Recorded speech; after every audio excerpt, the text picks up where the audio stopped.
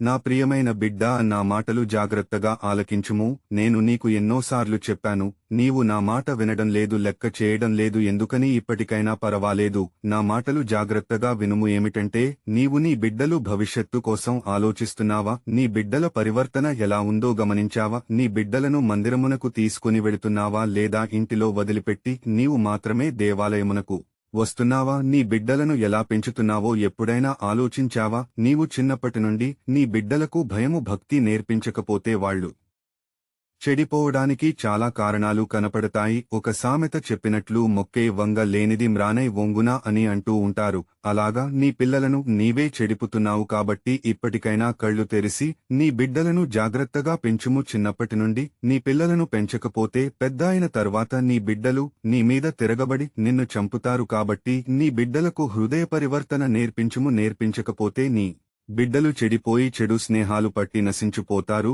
సుమ, నీవు నీ పిల్లలకు మంచి నేర్పించకపోతే నీ మాట వినిపించుకోరు. నీ బిడ్డలను మందిరమునకు తీసుకుని వెళుతూ ఉండు. భయభక్తులు నేర్పించు. ఇంటిలో వదిలిపెట్టి తల్లిదండ్రులుగా మీరు మాత్రమే మందిరమునకు వెళ్లవద్దు. మీ పిల్లలు తీసుకుని వెళ్ళండి. ఎందుకంటే ఇంటిలో ఉండి టీవీలు, సెల్ ఫోన్లు చూస్తూ రకరకాల చెడు వేసినాను చూస్తూ చెడిపోతారు. అందుకని నీకు చెబుతున్నాను. అలాగే మందిరంలో మీ పిల్లల పరివర్తన ఎలా ఉందో గమనిస్తూ ఉండండి. మందిరంలో కూర్చుని సెల్ ఫోన్ తీసుకుని YouTube, Facebook, Instagram, share chat, Twitter, TikTok, games మరియు రకరకాల యాపిల్ ఓపెన్ చేసి చూస్తూ చాట్ చేస్తూ ఉంటారు. మందిరములో లాడుతుంటారు, నవ్వుతూ ఉంటారు, గొడవలు పడుతూ ఉంటారు. యాజకులు చెప్పే దేవుని వాక్యాలను ఆలకించరు. మీరు తల్లిదండ్రులుగా మీ బిడ్డల పరివర్తన చూస్తూ ఉండాలి. అలాగే బడికి, స్కూల్కి వెళుతున్నప్పుడు, వస్తున్నప్పుడు వాళ్ళు తిన్నగా స్కూలుకి వెళుతున్నారా, ఇంటికి వస్తున్నారా అని గమనిస్తూ ఉండాలి. ఎందుకంటే స్కూలుకి, బడికి వెళుతున్నాము అని చెప్పి అల్లరి చిల్లరగా తిరుగుతూ ఉంటారు, చెడిపోతారు. మద్యానికి మరియు స్మోకింగ్,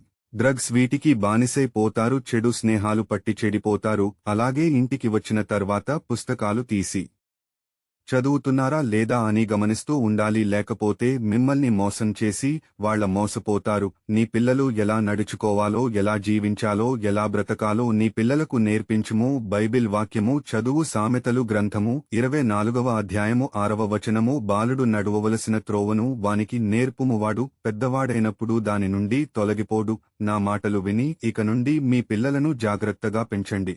అప్పుడు మీ పిల్లలు చెడిపోరు. పెద్దయిన తర్వాత నీకు గౌరవాన్ని తీసుకొస్తారు. నీవు సరిగ్గా నీ పిల్లలను పెంచకపోతే తర్వాత నీవు బాధపడవలసి వస్తాదని నీకు ముందుగానే చెబుతున్నాను. మరిచిపోవద్దు. ఆమెన్.